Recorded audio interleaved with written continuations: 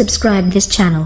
नमस्कार दर्शक बंधु सनातन धर्मर आर्ष पौरस्य ग्रंथ श्रीमद भगवत एवं अन्य शास्त्र पुराण आदि ग्रंथ रे समुद्र मंथनर कहानी वर्णना रही एपरि भी आमर आर्ष ग्रंथ रे प्रत्येक कथार एक दर्शन रही सेथिरे आध्यात्मिक रूप तथा मानव जीवनर समाधान पाई मार्ग मध्य रही सेहीपरि समुद्र मंथनर एही कहानी मध्य एथिरु अलग नुहे साधारण भावे प्रायतः लोक ग्रंथ रे लेखा जाइतिबा पौराणिक कथागुड़िकु केवल शास्त्रीय कहानी रूप ही देखती सेथि मध्यरु समुद्र मंथन भी गोटिए किंतु आपण यह जानी आश्चर्य हेबे कि आमर पुरातन मुनि ऋषि मानक द्वारा सांकेतिक पौराणिक एवं नैतिक कहानी रूप में व्याख्या करा जाइथिबा एही कथा पछरे मानवता पाई किपरि सुलभ हितकर अमृतमय प्रेरणा लुचि रही जहाँ मनुष्य जीवन में एक अमूल्य शिक्षा प्रस्तुत करे आउ आजिर एही वीडियो रे आमे समुद्र मंथनर सेही आध्यात्मिक रूप को जानिबाकु जाउछंती जहाँ द्वारा आपण निज मन में वास करुथिबा विकार को दूर करिबा सह निजर वास्तविक प्रवृत्ति तथा उचित लक्ष्यर मार्ग को सहजरे चिन्हि पारिबे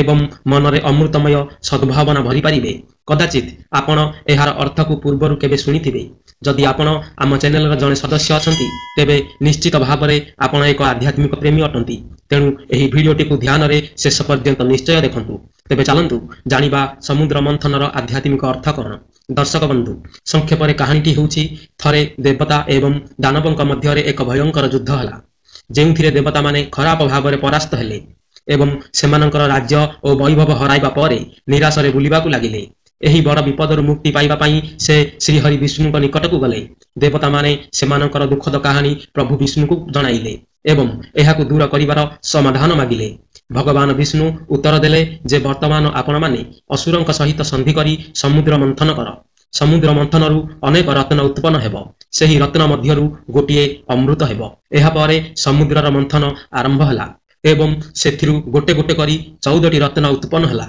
सेथि मध्यरु गोटिए अमृत थिला जाहाकु पान करी देवता माने अमरत्व प्राप्त कले एवं असुरंकु परास्त करी निजर वैभव पुनर्बार हासिल कले एही कहानीटी 6ठ अध्यायरु 11 अध्याय पर्यंत श्रीमद भागवत महापुराणर 8म स्कंदरे विस्तृत भाव में वर्णना करा जाइछि एहा व्यतीत विष्णु पुराण पद्म पुराण इत्यादिर कल्प वेदरे समान कहानी विस्तृत होइछि श्रीमद भागवत महापुराण कहानी क्रम अनुसार आमे एही कहानीर आध्यात्मिक एवं दार्शनिक पक्ष गुड़िकु व्याख्या करबाकु जाउछंती दर्शक बंधु सर्वप्रथमे आमर जीवन एही संसार रूपी भवसागर रे अवस्थित सेथिरे अनेक हलचल लागि रही थाए आउ आम भितरे दुईटी मुख्य प्रवृत्ति रही थाए से हेउछि दैवी एवं आसुरी प्रवृत्ति एही दुहीक मध्यरे सबु बेले संघर्ष लागि रही थाए आम अंतकरण रे बेले बेले दैवी प्रवृत्ति राज करे तो बेले बेले आसुरी प्रवृत्ति राज करे ए सबुर प्रेरक चित्त ब्रह्म बा भगवान श्री विष्णु अटंती एठारे आरंभ हुए आध्यात्मिकतार सूत्र जेतेबेले आमे आमर जीवन आरंभ करंती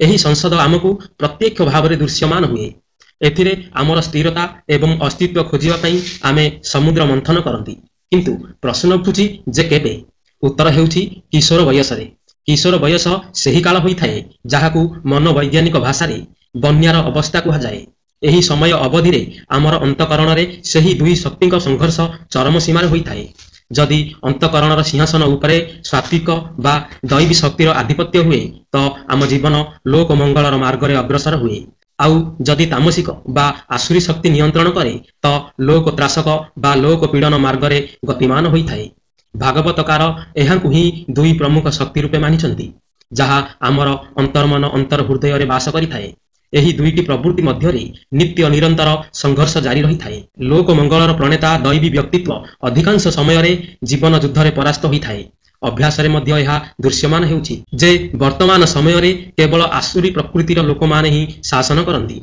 आमे विवेकर एही दुईटी प्रवृत्ति को नष्ट करि परिबा नाही किंबा संपूर्ण भावे दमन करि परिबा नाही आमे एही दुईटी प्रवृत्ति मध्य रे समन्वय स्थापन करी जीवनर अमृत प्राप्त करि परिबा किंतु समान प्रश्न पुनर्बार आसे जे एही दुईटी प्रवृत्ति मध्य रे किपरि समन्वय रहि परिबो एही सामंजस्य पई आमको श्री विष्णु को निकट को जिबाकु पड़िबो श्री विष्णु किए जी प्रत्येक जीवंकर शुभेच्छु प्रकृतिर सेही मूल आधार जहांठारे ज्ञान वैराग्य एवं अन्यान्य व्यक्तित्वर संगम अटे से वर्तमान केउठारे अछंती उत्तर हेउछि समाजर एकमात्र मार्गदर्शक जहांठारे एही आदर्श गुण गुड़िकर संगम रही अर्थात सद्गुरु जेतेबेले दैवी शक्ति भगवान विष्णु निकट को जाई तांको पराजय को विजय रे परिणत करिबा पई समाधान मागिथिले ସେତେବେଳେ ସେ ହୃଦୟର ଏହି ଦୁଇଟି ପ୍ରବୃତ୍ତିକୁ ଏକତ୍ର କରି ସମୁଦ୍ରକୁ ମନ୍ଥିବା ପାଇଁ ପରାମର୍ଶ ଦେଇଥିଲେ। ଜୀବନରେ ଦୃଢ଼ ପ୍ରୟାସ ଏବଂ ବୌଦ୍ଧିକ ଚେତନା ମଧ୍ୟରେ ସମନ୍ୱୟ ନ ହେବା ପର୍ଯ୍ୟନ୍ତ ତୁମର ଗନ୍ତବ୍ୟସ୍ଥଳ ଅର୍ଥାତ୍ ଲକ୍ଷ୍ୟ କଦାପି ପୂରଣ ହେବ ନାହିଁ ଏବଂ ଯଦି ଲକ୍ଷ୍ୟ ଖସିଯାଏ ତେବେ ଜୀବନରେ ଅମରତା ହାସଲ କରିବା ସମ୍ପୂର୍ଣ୍ଣ ଅସମ୍ଭବ ଅଟେ। ଯେତେବେଳେ ଜୀବନରେ ଏହି ଦୁଇଟି ପ୍ରବୃତ୍ତି ମଧ୍ୟରେ ସମନ୍ୱୟ ଥାଏ ତେବେ ସମୁଦ୍ରର ମନ୍ଥନ ସଫଳ ହୁଏ ଏବଂ ଅମୃତ ପ୍ରାପ୍ତ ହୁଏ। ଏବେ ଯଦି ଆମେ ସମୁଦ୍ର ମନ୍ଥନର ବାସ୍ତବିକ ଉପାଦାନ ଗୁଡ଼ିକୁ ଦୃଷ୍ଟିପାତ କରିବା ତେବେ ଆମେ ପାଇବା ଯେ ଆମର ହୃଦୟ ହିଁ ନିଜେ ସେହି ମହାନ ମହାସାଗର ଅଟେ ଯେଉଁଠି ବାସୁକି ରୂପୀ ମନ ରହିଥାଏ, ଯାହାର ଗୋଟିଏ ପାର୍ଶ୍ୱରେ ବିଷାକ୍ତ ମୁଖ ଏବଂ ଅନ୍ୟ ପାର୍ଶ୍ୱରେ ଚଞ୍ଚଳ ଲାଞ୍ଜ ରହିଥାଏ ଏବଂ ଆମର କ୍ରିୟା ଶକ୍ତି ରୂପୀ ମନ୍ଥନୀ ଅର୍ଥାତ୍ ମନ୍ଦିରାଚଳ ଯେତେବେଳେ କଠିନ ଇଚ୍ଛା ଶକ୍ତି ଅର୍ଥାତ୍ କୁର୍ମ ରୂପ ଉପରେ ଅବସ୍ଥିତ ହୋଇ ହୃଦୟ ବାରିଧିକୁ ମନ୍ଥନ କରେ ସେତେବେଳେ ଆମକୁ ଆମ ଜୀବନରେ ରତ୍ନ ଉପଲବ୍ଧି ହୋଇଥାଏ। ଏହାପରେ ସମୁଦ୍ର ମନ୍ଥନରୁ ପ୍ରଥମ ରତ୍ନ ବିଷ ଆସିଥାଏ। କିନ୍ତୁ ପ୍ରଥମ ସ୍ଥାନରେ ବିଷ କାହିଁକି? ଆଉ ଜୀବନରେ ବିଷ କାହିଁକି ଆବଶ୍ୟକ? କାରଣ ବେଳେବେଳେ ଜୀବନରେ ଏପରି ବି ଘଟେ ଯେ ସବୁକିଛି ଭଲ କରିବା ପରେ ମଧ୍ୟ ଫଳାଫଳ ପ୍ରତିକୂଳ କିମ୍ବା ବିନାଶକାରୀ ହୋଇଥାଏ। ଏଭଳି ପରିସ୍ଥିତିରେ ନା ଆମେ ଏଥିରୁ ପୃଷ୍ଠଭଙ୍ଗ ଦେଇପାରିବା ନା ଏହାକୁ ଅସ୍ୱୀକାର କରିପାରିବା। ଏହି ସମ୍ପୂର୍ଣ୍ଣ ଅପ୍ରତ୍ୟାଶିତ ଫଳାଫଳ ପାଇଁ ଆମେ ନିରନ୍ତର ପ୍ରସ୍ତୁତ ରହିବା ଜରୁରୀ ଅଟେ ଏବଂ ଶିବ ସଂକଳ୍ପ ସହିତ ଆମକୁ ଏହି ପ୍ରତିକୂଳର ବିଷ ଗ୍ରହଣ କରିବାକୁ ହିଁ ପଡ଼େ ଆଉ ଆମେ ତାହା କରିବା ଉଚିତ। ବର୍ତ୍ତମାନ ପ୍ରଶ୍ନ ହେଉଛି ଏହି ଶିବ କିଏ? ଏହାର ଉତ୍ତର ହେଉଛି ଆମ ଭିତରେ ଅବସ୍ଥିତ ସେହି ଧୈର୍ଯ୍ୟ, ସ୍ଥିରତା ଏବଂ ସର୍ବଗ୍ରହଣୀୟତା ସହନ ଶକ୍ତି ଯାହା ସମସ୍ତ ପ୍ରତିକୂଳତାକୁ ଗ୍ରହଣ କରେ ଆଉ ସେହି ନକାରାତ୍ମକତାର ପ୍ରଭାବରୁ ମୁକ୍ତ ହୁଏ ଏବଂ ପୁନର୍ବାର ନିର୍ମାଣ କିମ୍ବା ଉଦ୍ୟୋଗ ପାଇଁ ପ୍ରସ୍ତୁତ ହୁଏ। ଏ ହିଁ ଆମର ଅନ୍ତର୍ନିହିତ ହୃଦୟର ଶିବ ଅଟେ ଯାହା ସୁଖ ଦୁଃଖ ସମେକୃତ୍ୟା ଲାଭ ଲାଭ ଜୟାଜୟ ଭାବରେ ଅବସ୍ଥିତ ଏକ ରୂପତାରେ ସ୍ଥିର ଅଟେ। ଦ୍ୱିତୀୟ ରତ୍ନ ଉଚ୍ଚୈଶ୍ରବ ନାମକ ଘୋଡ଼ା ଆମର ଚିନ୍ତାଧାରା ଏବଂ କଳ୍ପନା ଶକ୍ତିର ଗତିଶୀଳତାର ପ୍ରତୀକ ଅଟେ। କାରଣ ଯଦି ଜୀବନରେ କୌଣସି ଚିନ୍ତା ଶକ୍ତି ନଥାଏ ତାହେଲେ ଜୀବନ ନିଷ୍କ୍ରିୟତା ତଥା ଜଡ଼ତା ମଧ୍ୟରେ ରହିଥାଏ। ତୃତୀୟ ରତ୍ନ କାମଧେନୁ ଅର୍ଥାତ୍ ସ୍ୱାତିକତା, ସରଳତା ଏବଂ ନିୟୋଜିତ ବିବେକତା ହିଁ ଜୀବନରେ ଲୋକମଙ୍ଗଳ ମାର୍ଗକୁ ନେଇଥାଏ। ତେଣୁ ଜୀବନର ସମସ୍ତ ମାଧ୍ୟମକୁ ସଠିକ୍ ମାର୍ଗରେ ନିୟୋଜିତ କରିବା ଅତ୍ୟନ୍ତ ଗୁରୁତ୍ୱପୂର୍ଣ୍ଣ ଅଟେ। ଚତୁର୍ଥ ରତ୍ନ କୌସ୍ତୁଭମଣି ଅର୍ଥାତ୍ ଐଶ୍ୱର୍ଯ୍ୟ ଏବଂ ଜ୍ଞାନ। ଏହି ଐଶ୍ୱର୍ଯ୍ୟ ଜ୍ଞାନ ସହିତ ଜଗତରେ ଲୋକ ମଙ୍ଗଳକୁ ନେଇ ନିଜର ଆଭା ଦ୍ୱାରା ନିରନ୍ତର ସଚେତନ ହେବା ଉଚିତ। ପଞ୍ଚମ ଐରାବତ ଅର୍ଥାତ୍ ଏହା ଶକ୍ତିର ସେହି ରୂପ ଅଟେ ଯାହା ଧୈର୍ଯ୍ୟ ଏବଂ ଅକୁଣ୍ଠ ଅବିଶ୍ୱାସୀ ଶକ୍ତିକୁ ନିୟନ୍ତ୍ରଣ କରିପାରିବ, ତାହାକୁ ଏକ ନବନିର୍ମାଣ ପାଇଁ ପ୍ରେରଣା ଦେଇପାରିବ। ଷଷ୍ଠ କଳ୍ପବୃକ୍ଷ ଅର୍ଥାତ୍ ଆମ ପୃଥିବୀକୁ ଶସ୍ୟ ଶ୍ୟାମଳ ଆକାରରେ ରଖିବାର ଇଚ୍ଛା ଯେପରି ଏହା ପ୍ରଦୂଷିତ ନ ହୁଏ, ଏହାର ଜଳ, ବିଦ୍ୟୁତ୍, ବର୍ଷା, ବାୟୁ, ଖାଦ୍ୟ, ଫଳ ଏବଂ ଔଷଧ ସମସ୍ତ ଆବଶ୍ୟକୀୟ ଗୁଣରେ ପରିପୂର୍ଣ୍ଣ ରଖିଥାଏ। ସପ୍ତମ ପାରିଜାତ ଅର୍ଥାତ୍ ପୃଥିବୀର ଉର୍ବର ଏବଂ ଜୀବନ ପ୍ରଦାୟିନୀ ସେହି ଶକ୍ତି ଯାହା ସମ୍ପୂର୍ଣ୍ଣ ସ୍ଥିର ହୋଇ ସୃଷ୍ଟିର ଜୀବନକୁ ଧାରଣ କରେ, ଯାହା ବୃକ୍ଷରେ ପରିପୂର୍ଣ୍ଣ ପ୍ରାକୃତିକ ରୂପରେ ପ୍ରାକୃତିକ ସୌନ୍ଦର୍ଯ୍ୟରେ ସର୍ବଦା ସମୃଦ୍ଧ ରହେ। ଅଷ୍ଟମ ଦେବୀ ଲକ୍ଷ୍ମୀ। ଦେବୀ ଲକ୍ଷ୍ମୀ ନମ୍ରତା, ସୌନ୍ଦର୍ଯ୍ୟ, ଶୁଦ୍ଧତା, ଐଶ୍ୱର୍ଯ୍ୟ, ଶକ୍ତି ଏବଂ ସମ୍ମାନ ସୁବିଚାରର ମର୍ଯ୍ୟାଦାର ପ୍ରତୀକ ଅଟନ୍ତି। ସେ ଜଗତକୁ ଅସୀମ ବୈଭବ ପ୍ରଦାନ କରିବାର ଶକ୍ତି ରଖିଛନ୍ତି। ଦେବୀ ଲକ୍ଷ୍ମୀ ଶେଷରେ ଶ୍ରୀ ନାରାୟଣଙ୍କୁ ତାଙ୍କ ବିବାହ ପାଇଁ ପାତ୍ର ରୂପେ ବାଛିଛନ୍ତି।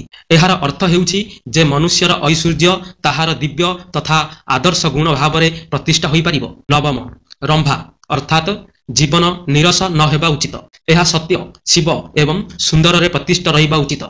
ଏଥିପାଇଁ ନୃତ୍ୟ ଏବଂ ସଙ୍ଗୀତକୁ ଜୀବନରେ ଅନ୍ତର୍ଭୁକ୍ତ କରିବା ଉଚିତ।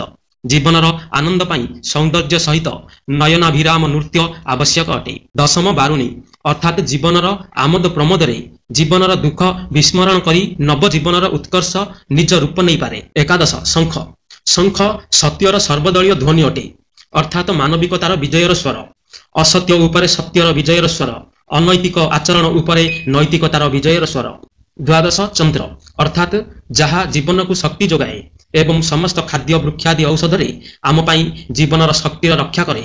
ଧନ୍ୱନ୍ତରୀ ଅର୍ଥାତ୍ ଜୀବନ ସୁସ୍ଥ ଏବଂ ସୁଖୀ ହେବା ଉଚିତ କାରଣ ସ୍ୱାସ୍ଥ୍ୟ ବିନା ସମସ୍ତ ଗୌରବ ମୂଲ୍ୟହୀନ ଅଟେ। ଆଉ 14 ରତ୍ନ ଅମରତା। କେବଳ ଜୀବନରେ ଏହି ଗୁଣ ଗୁଡ଼ିକ ପରେ ଆସେ, ତେଣୁ ଶେଷ ରତ୍ନ ଅମୃତ ଅଟେ। ଏହା ହେଉଛି ଏହି କାହାଣୀର ଆଧ୍ୟାତ୍ମିକ ଦିଗ ଆଉ ଅର୍ଥ। ଯେତେବେଳେ ଉପଭୋଗ ଏବଂ ଯୋଗ, ଉତ୍ଥାନ ଏବଂ ପତନ ମଧ୍ୟରେ ସମନ୍ୱୟ ରକ୍ଷା କରି ଲୋକଙ୍କ କଲ୍ୟାଣ ପାଇଁ ଜୀବନ ଉପସ୍ଥାପିତ ହୁଏ, କେବଳ ସେତେବେଳେ ଜଣେ ଅମରତା ହାସଲ କରିପାରେ। ଏହି ଅମରତା ଆରସ୍ତୁ ଏବଂ ପ୍ଲେଟୋ, ମହର୍ଷି ବ୍ୟାସ, ବାଲ୍ମୀକି ଏବଂ ଗୋସ୍ୱାମୀ ତୁଳସୀ ଦାସଙ୍କର ମଧ୍ୟ ଅଟେ। ଏହା ଆଲବର୍ଟ ଆଇନଷ୍ଟାଇନ ଏବଂ ସାର୍ ଭେଙ୍କଟ ରମଣଙ୍କର ମଧ୍ୟ ଅଟେ। ଏହା ହେଉଛି ସମୁଦ୍ର ମନ୍ଥନର ଆଧ୍ୟାତ୍ମିକ ପକ୍ଷ, ଯାହାକି ସୁଧୀବିଜ୍ଞ ପାଠକମାନଙ୍କୁ ଉପସ୍ଥାପିତ କରାଯାଇଛି। ଆଶା କରେ ଜ୍ଞାନୀ ପାଠକମାନେ ଏହାକୁ ଅନୁକରଣ କରିବେ। ବାସ୍ତବରେ ସମୁଦ୍ର ମନ୍ଥନରେ ସମୁଦ୍ରକୁ ମନ ପାଇଁ ବ୍ୟବହାର କରାଯାଇଛି। ମନ ସମୁଦ୍ର ପରି ବିସ୍ତୃତ ଏବଂ ଅସ୍ଥିର ମଧ୍ୟ ଅଟେ। ଯେତେବେଳେ କେହି ଏହି ମନ୍ଥନ କରନ୍ତି, ତେବେ ଆପଣଙ୍କୁ ଏଥିରୁ ବିଷ ଏବଂ ଅମୃତ ଉଭୟ ପ୍ରାପ୍ତ ହେବ। ମନ୍ଥନ ପାଇଁ ଆପଣଙ୍କୁ ସ୍ଥିର ରହି ସକାରାତ୍ମକତା ଏବଂ ନକାରାତ୍ମକତା ଦୃଷ୍ଟିକୋଣରୁ ମନ୍ଥନ କରିବାକୁ ପଡ଼ିବ। କିନ୍ତୁ ସେହି ପରିସ୍ଥିତିରେ ମଧ୍ୟ ଆପଣ କାହା ସହିତ ରହିପାରିବେ ନାହିଁ। ଆପଣଙ୍କୁ କେବଳ ମଧ୍ୟଭାଗରେ ରହିବାକୁ ପଡ଼ିବ। ଏହା ହେଉଛି ସମୁଦ୍ର ମନ୍ଥନର ଆଧ୍ୟାତ୍ମିକ ଅର୍ଥ। ସମୁଦ୍ର ମନ୍ଥନ ପ୍ରକୃତରେ ଜଣେ ବ୍ୟକ୍ତିର ମାନସିକ ମନ୍ଥନର ପ୍ରତୀକ ଅଟେ। ଉଭୟ ଶୈତାନ ଏବଂ ଭଗବାନ କିମ୍ବା ମଣିଷ ଆମ ମନରେ ଏକାଠି ରୁହନ୍ତି। ଯେତେବେଳେ ଦୁହେଁ ମନକୁ ଏକତ୍ର କରନ୍ତି, ଚିନ୍ତାଧାରାର ମୋତି ଜନ୍ମ ହୁଏ।